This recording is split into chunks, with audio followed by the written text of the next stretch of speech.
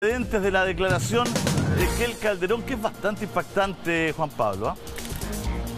Exactamente, Julito. Ayer a las 10 de la mañana, mientras nosotros estábamos desde acá, desde el Centro de Justicia, comentando con respecto a los audios que fueron, por supuesto, mostrados a través de BioBio, a través de su plataforma digital, a esa misma hora, 10 de la mañana, en la Fiscalía Oriente, estaba Raquel Calderón Argandoña. Ella dando justamente conversando con la fiscal del lugar para contarle lo siguiente, para manifestarle su preocupación y miedo de lo que pueda pasarle a ella y también a su padre si es que llegase a salir precisamente desde Santiago 1 Hernán Calderón Argandoña. Dentro de las cosas que ella menciona, habla sobre esta extorsión que habría recibido su padre por parte de la defensa de Hernán Calderón Argandoña. También habla de unas fotografías que le habría enviado también la propia mamá de Kel, ¿no? Raquel Argandoña.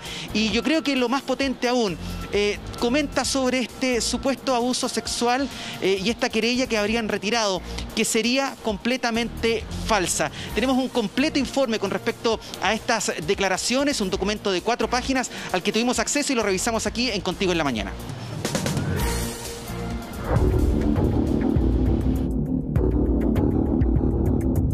Recalificando el hecho 3 de la querella, calificando este como un delito, lesiones graves en contexto de violencia intrafamiliar.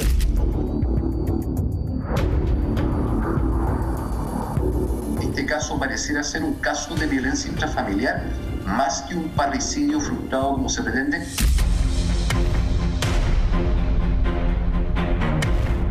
La defensa va a buscar solamente dejarlo en un arresto domiciliario, ya sea total o parcial. Ahora, el problema está en que el arresto domiciliario parte de la base de la persona cumpla.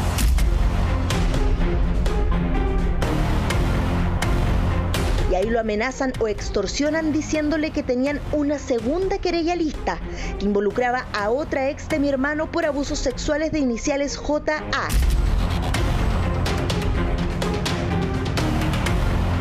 En este tipo de familias hay límites en general rígidos, dentro de lo cual hay mayor egocentrismo.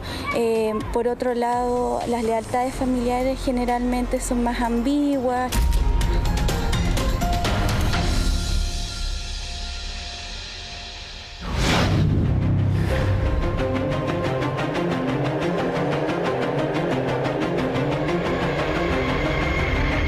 Si ayer la noticia era que la polola de Hernán Calderón, hijo, desistía de su querella por abuso sexual reiterado, hoy el foco de la noticia se trasladó a la otra parte, a quien la joven denunciaba.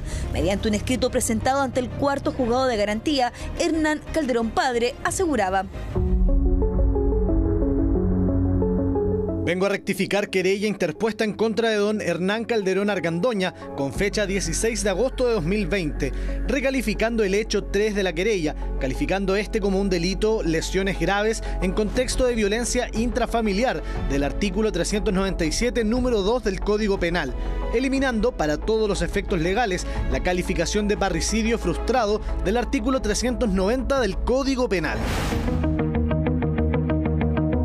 Si hace 2 semanas, en este caso, existía una familia en conflicto con acusaciones cruzadas que los llevaron a ambos lados, con querella en mano hasta la justicia, hoy solo queda una acción judicial por un delito de lesiones graves en contexto de violencia intrafamiliar y la investigación del Ministerio Público. ¿Cómo pudo cambiar todo en tan poco tiempo? Según el entorno de Hernán padre, fueron las presiones que recibió este de parte de Raquel Argandoña y la defensa de Hernán hijo.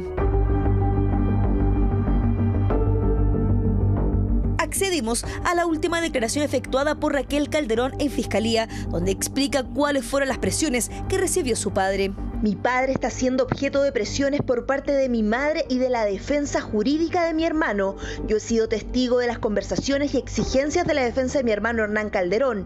Primero trataron de manipularlo emocionalmente, insistiendo en los riesgos que incurría mi hermano en la cárcel. Le señalaban que podía pasar frío, hambre, que estaba muy mal, que incluso mi hermano se iba a suicidar.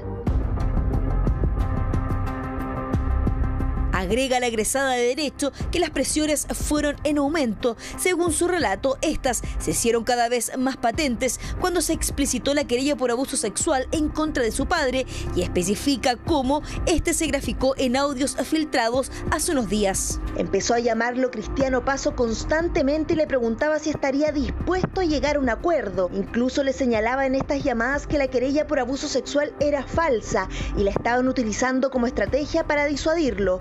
Incluso escuché que ellos mismos le ofrecían una campaña comunicacional para limpiar su nombre y dicha campaña incluía entrevistas de la pareja de mi hermano reconociendo que había mentido por salvar a su pareja.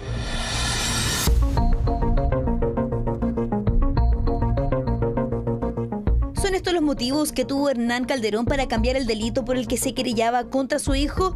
Si nos vamos al principio de esta historia, los hechos parecen ser diferentes. A pocos días de cometido el incidente en el departamento de Hernán Calderón padre, el 11 de agosto pasado, cuando su hijo llegó con un arma cortante y le provocó lesiones en las muñecas y un tendón, la defensa de quien figuraba como víctima en esa causa movía sus primeras piezas.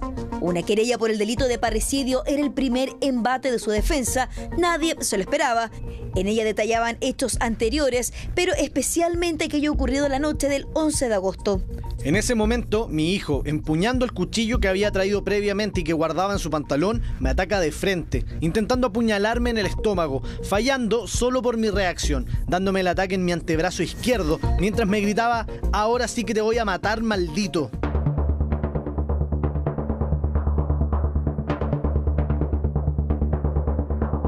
Sumando además: procede a inmovilizar mi mano derecha con su mano izquierda y con su mano derecha, en la que continuaba sosteniendo el cuchillo, procede a apuñalar múltiples veces mi mano derecha. De esa forma, siguió intentando desgarrar la mayor cantidad de tejido posible de mi mano, con el fin, asumo, dado el movimiento y su acción de amputarla. Este hecho, junto al disparo efectuado por Hernán hijo en julio pasado, configuraron para la defensa de Hernán padre los delitos de parricidio frustrado y daños.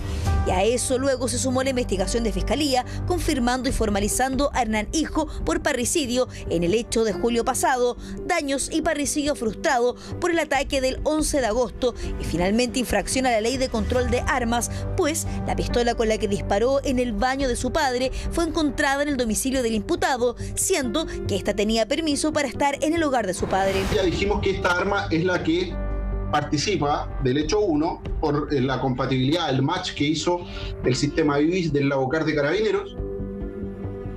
Arma inscrita para el domicilio de San Olaf, no para el domicilio actual. Este proyectil deformado fue periciado por el laboratorio de criminalística, la unidad de balística del laboratorio de Carabineros, y confrontado con el arma incautada en el domicilio del imputado.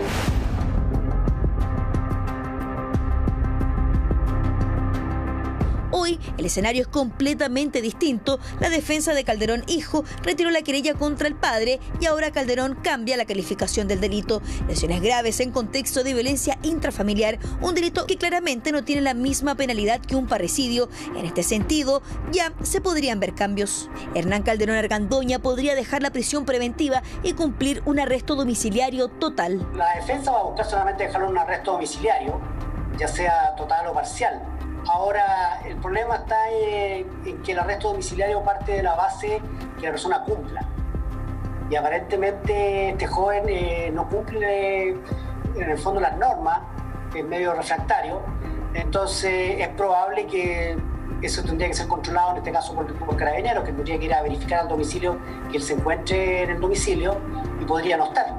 Ese sería un gran problema. Una vez que se informan los incumplimientos, se informa a Fiscalía también, para efecto de que pueda solicitar una intensificación de la medida cautelar. Podría volver a prisión preventiva, por ejemplo, si es que se hubiese modificado.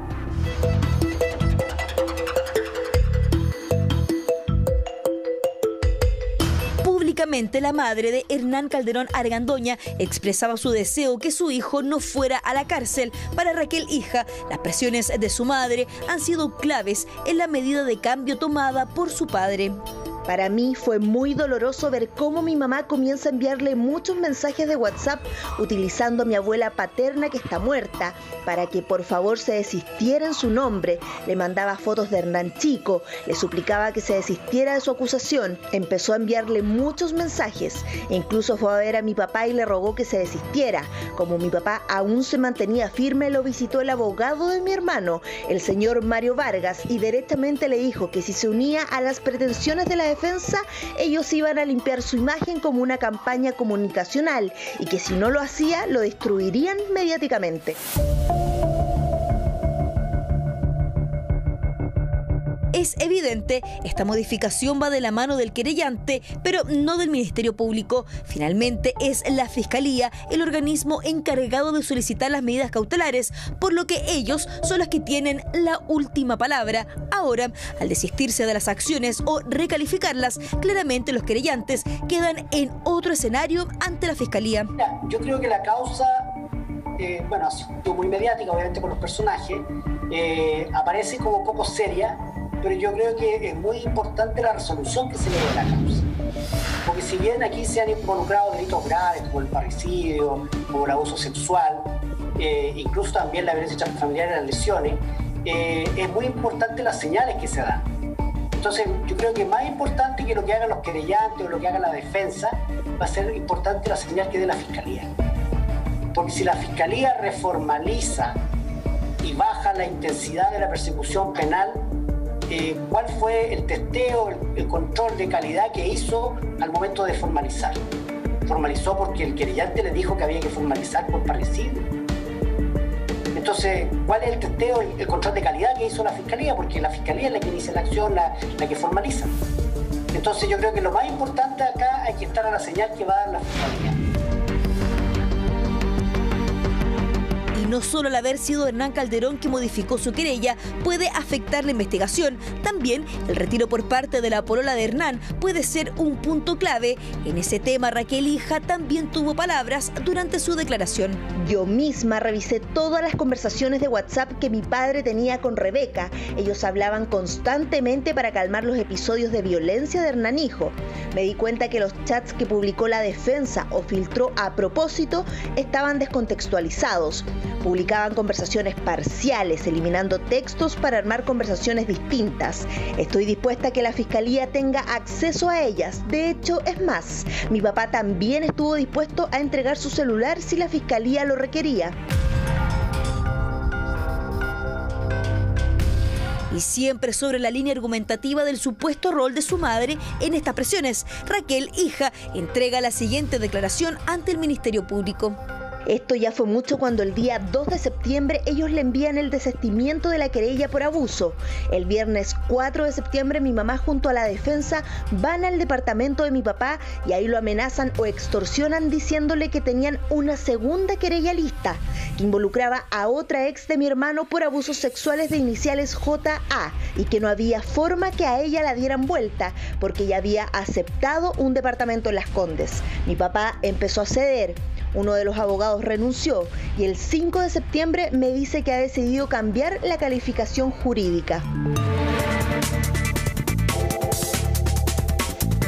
En el caso que Hernán padre quisiera retirar la querella, tampoco podría haber muchos cambios si es que la Fiscalía mantiene su criterio y las investigaciones que llevan adelante, pues si bien los delitos argumentados por la defensa de Calderón padre y por la Fiscalía eran similares y por lo menos iban en la misma línea, claramente el Ministerio Público no tendría por qué cambiar su estrategia si quizás la colaboración de la víctima generaría un cambio en la indagatoria.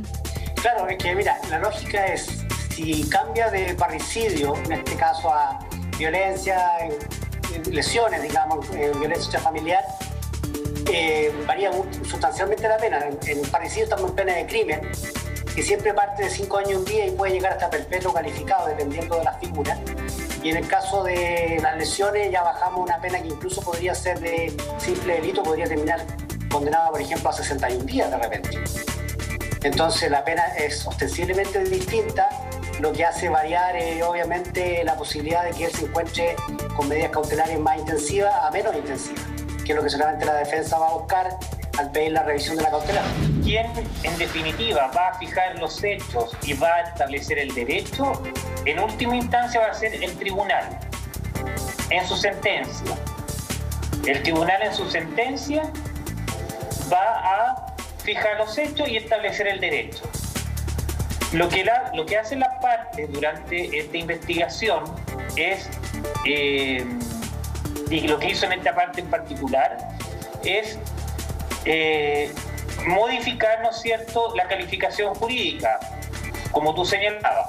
Y eso que permitiría el día de mañana que pueda frente a una rendición de prisión preventiva, pedir la defensa una cautelar menos intensa, que es la prisión preventiva.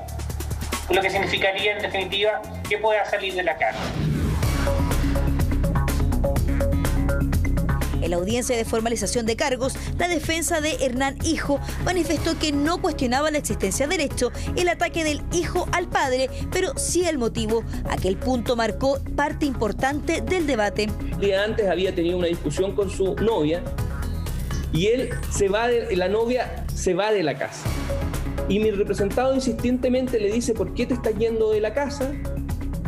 Se juntan abajo del edificio y tienen una conversación en que ella le manifiesta que ha sido objeto de distintas conductas de acoso sexual por parte del padre. ¿Por qué mi representado va con disposición a golpear a su padre?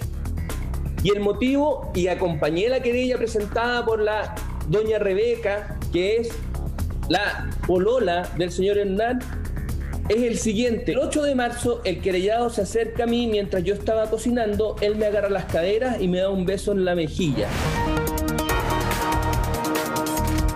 Por ello, para abogados como el exfiscal Pablo Larredonda, dicho punto puede ser clave en este momento, y más aún considerando que la misma víctima, Hernán Calderón padre, recalificó el parricidio de su querella por lesiones graves en contexto de violencia intrafamiliar. Este caso pareciera ser un caso de violencia intrafamiliar más que un parricidio frustrado como se pretende.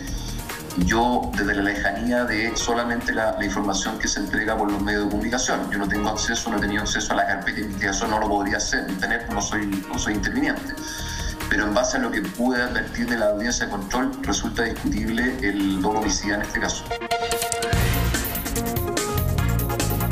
Eso sí, la Fiscalía aún tiene algo que decir. Para la defensa, y según lo que expresó la formalización de cargos, la motivación del ataque de Hernán Hijo a su padre pasó por los supuestos acosos y abusos que éste habría realizado a su polola. En ese contexto, el que se haya desistido de esta querella y que la otra parte además haya disminuido la gravedad de los delitos, presenta también un escenario a discutir. Hubo una manipulación aparentemente del proceso penal, pero no es tan claro que no haya existido a lo mejor la figura, porque acá, fíjate, la supuesta víctima de abuso sexual se retira la querella, se desiste. Entonces habría que preguntarse, ¿se instrumentalizó esa querella? ¿Nunca existió abuso? ¿O una víctima que está tratando de transar? Claro que no hay que olvidar que este tipo de hechos en los que ocurren situaciones delictuales dentro de una familia suelen tener estos matices: denuncias que se presentan, luego que se retiran, acuerdos extrajudiciales o no perseveran en las causas. Una constante las denuncias de violencia intrafamiliar que no siempre se resuelven de la mejor forma. Es muy común que desistan las víctimas porque se les han enseñado generalmente que no son valiosos. Y están dentro de una dinámica tan tóxica donde los límites justamente son muy laxos.